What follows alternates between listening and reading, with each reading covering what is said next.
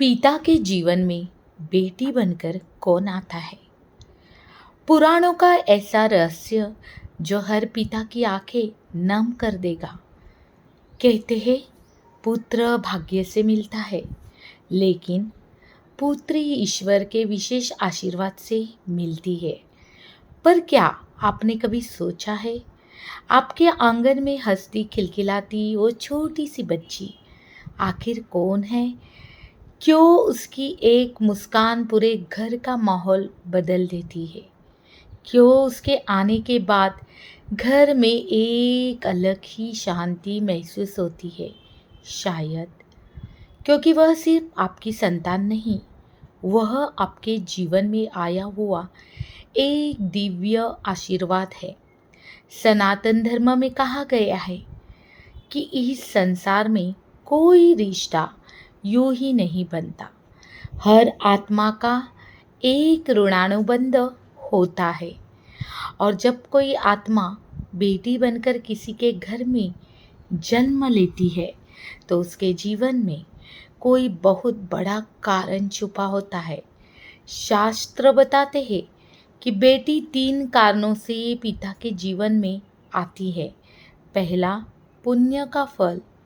अगर किसी व्यक्ति ने पिछले जन्म में अच्छे कर्म किए गए हो, तो ज़रूरतमंदों की मदद की हो, किसी का दिल न दुखाया हो, तो ईश्वर उसे बेटी के रूप में सबसे सुंदर उपहार देते हैं। दूसरा कारण, अधूरा प्रेम। कभी कभी कोई आत्मा जो पिछले जन्म में आपसे गहराई से जुड़ी थी, वह रिश्ता अधूरा रह गया, और वही आत्मा इस जन्म में बेटी बनकर लौट आती है ताकि वो प्रेम से पूरा हो सके। तीसरा कारण, सबसे अद्भुत, वंश उद्धार। गरुड़ पुराण और पद्म पुराण में कहा गया है कि कुछ बेटियां ऐसी होती है कि जो सिर्फ एक परिवार नहीं, पूरे कुल का भाग्य बदलने आती है। उनके पुण्य से पूर्वजों को भी शांति मिलती है। लेकिन आज समाज में बेटी को बोझ समझ लिया है। लोग कहते हैं बेटी पराया धन होती है, पर शास्त्र कहते हैं बेटी पराया धन नहीं होती, घर की सबसे पवित्र लक्ष्मी होती है। यही कारण है कि जहाँ बेटियों का सम्मान होता है, वहाँ सुख अपने आप चला आता है। पुराणों में एक बहुत सुंदर कथा लिखी गई है।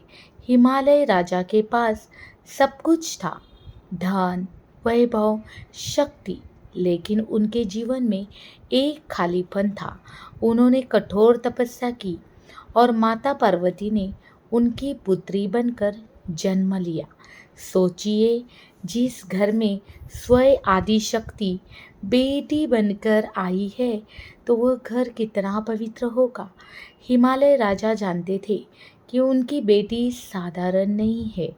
जब माता पार्वती का विवाह भगवान शिव से हुआ, तो विदाई के समय हिमालय राजा की आंखें से आंसू नहीं रुक रहे थे, क्योंकि उस क्षण एक पिता से बेटी को नहीं विदा कर रहे थे, वह अपने हृदय का सबसे सुंदर हिस्सा विदा कर रहे थे। शास्त्र कहते हैं जो पिता अपनी बेटी का पालन प्रेम और सम्मान से करते हैं, उसे देवताओं के समान पुण्य प्राप्त होता है। एक बेटी सिर्फ परिवार का हिस्सा नहीं होती, वह पिता की ताकत होती है।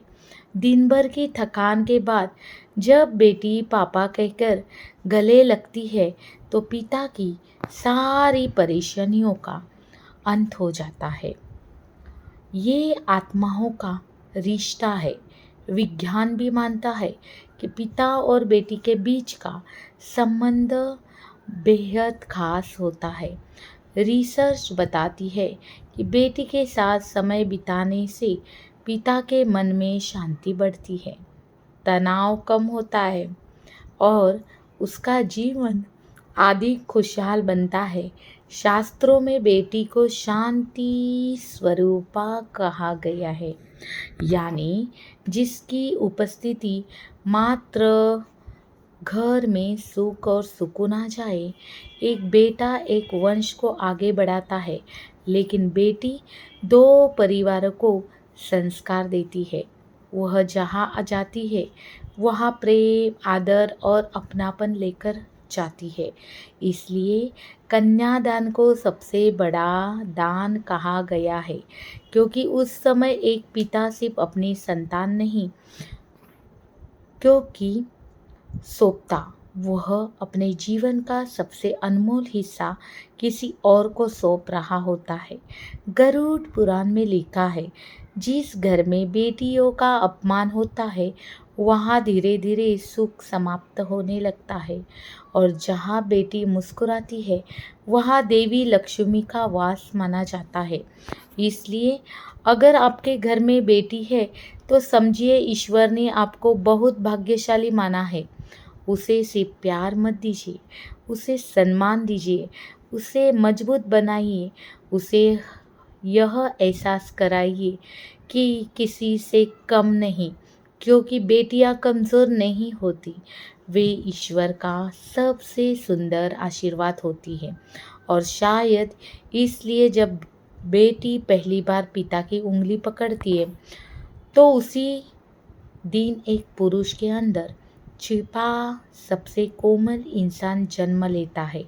याद रखिए, बेटियां सिर्फ बच्चे नहीं होती, वे स्वर्ग से भेजी गई वो रोशनी होती है जो पिता के जीवन को प्रेम से भर देती है।